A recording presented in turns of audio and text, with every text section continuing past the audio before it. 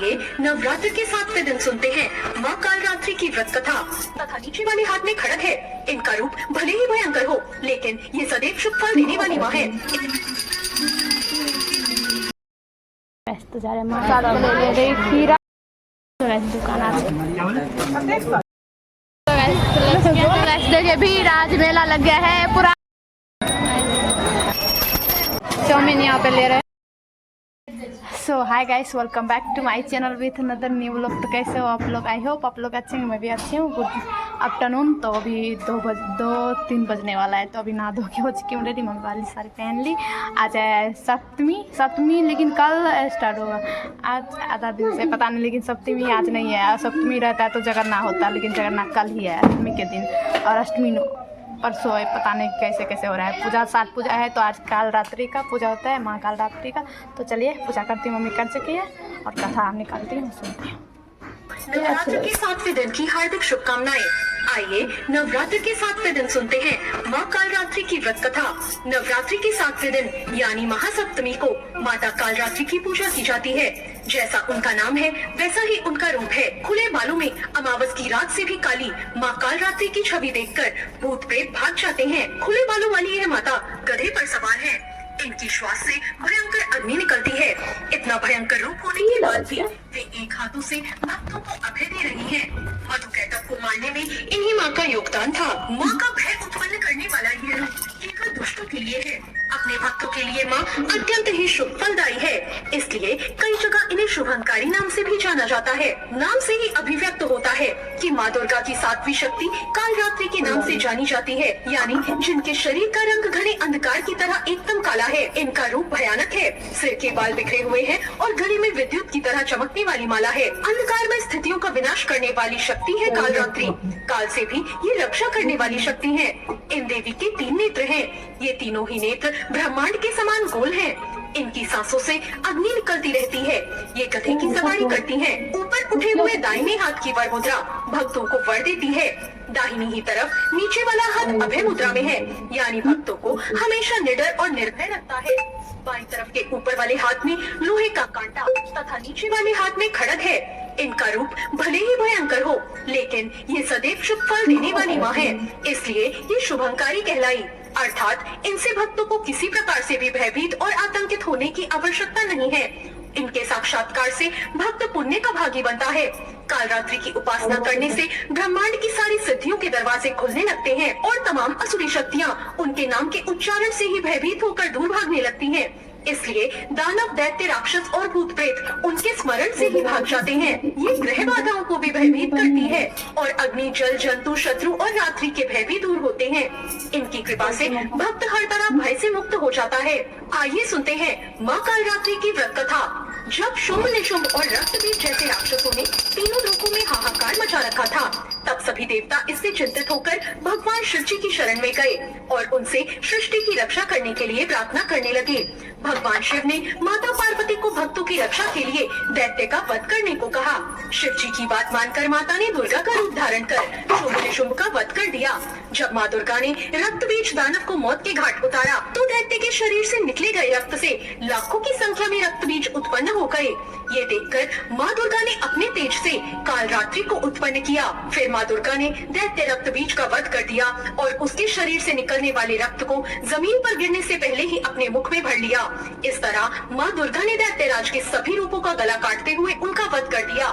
माँ कालरात्रि का आराधना मंत्र है ओम जयंती मंगला काली भद्रकाली कृपालिनी दुर्गा क्षमा शिवा धात्री स्वाहा स्वधा नमस्तुते। माँ कालरात्रि का प्रिय भोग गुड़ और हलवे का भोग है। माँ कालरात्रि को गुड़ और हलवे का भोग लगाना चाहिए, इससे वो जल्द प्रसन्न होती हैं और भक्तों की मनोकामनाएं पूर्ण करती हैं। आइए अब बात करते हैं माँ कालरात्रि की पूजा विधि के बारे में। इस दिन सुबह उठकर स्नान आदि से निवृत्त हो जाएं, फिर माँ का स्मरण करें और माँ कालरात्रि को अक्षत, धूप, गंध, पुष्प और गुड़ और नैवेद्य का श्रद्धा पूर्वक अर्पण करें। फिर माँ को उनका प्रिय पुष्प रात रानी चढ़ाएं।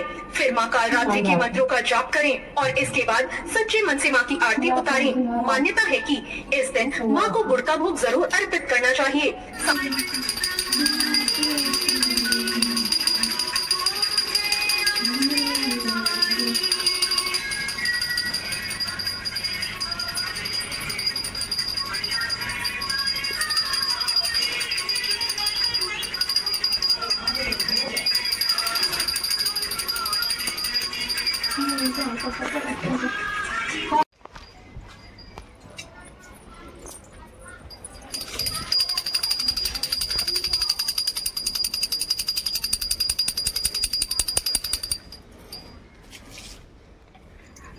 फोन कर ली।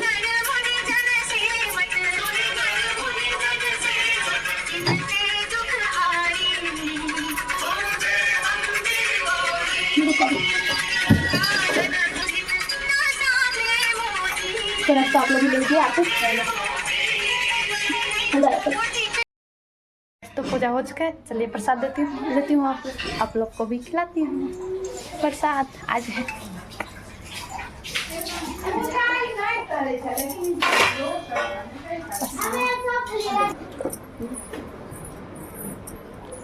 कुछ लेना चाह और दियो ना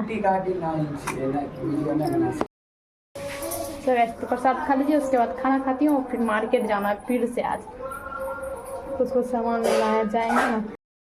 तो खाना खाती हूँ, उसके बाद मार्केट जाना है। और आज न्योता दिया जाएगा, जो कि बेलपत्र और सारा मंदिर न्योता दिया जाता है सात पूजा को। तो जा रहे हैं मार्केट, एक शर्ट लेना है मम्मी ले।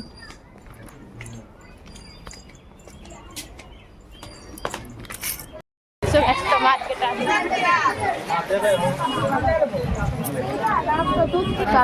रही खीरा। अभी 2-3 दिन पूजा होगा आज। अरे रास्ता में घर करे तो ऐसी दुकान आज के हैं। चलिए शर्ट लेती हूँ। शर्ट देख रहे हैं, ब्लैक लेती है, लेकिन ब्लैक पिनवे बाद 6 महीना के बाद होली लिखल तो रहे छे लिखल।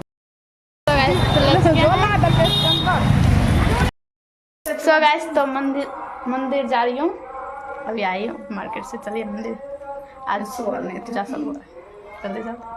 सो गाइस तो जा रहे मंदिर रास्ते में। यहाँ पे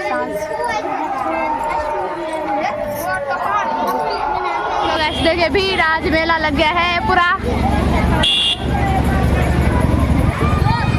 मंदिर सज गया, माता रानी का मंदिर।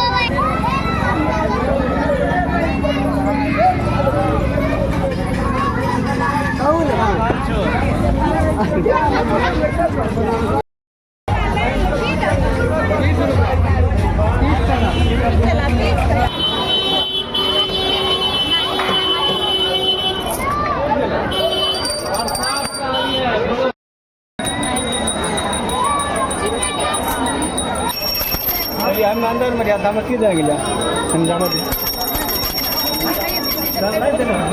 चाउमीन यहाँ पे ले रहे हैं, बन रहा है।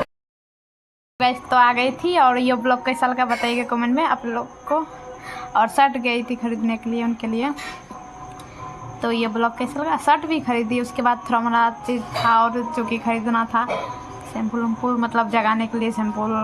उसके बाद क्या होता है, जो साबुन से होता है हम लोग में होता है, जितना आप दे सकते हैं। श्रृंगार का सामान, चूड़ी, लहठी, साड़ी, कपड़ा, साड़ी, लहठी उठी, सिंदूर उंदूर तो मम्मी खरीदी थी। तो सारा चीज़ खरीदी है। मतलब जगन्नाथ दिन कल जगेगा, कल अष्टमी परसों है, कल नहीं होगा, पंडित जी बताए परसों। तो ये ब्लॉग कैसा लगा बताइएगा। Bye bye, love you all, good night.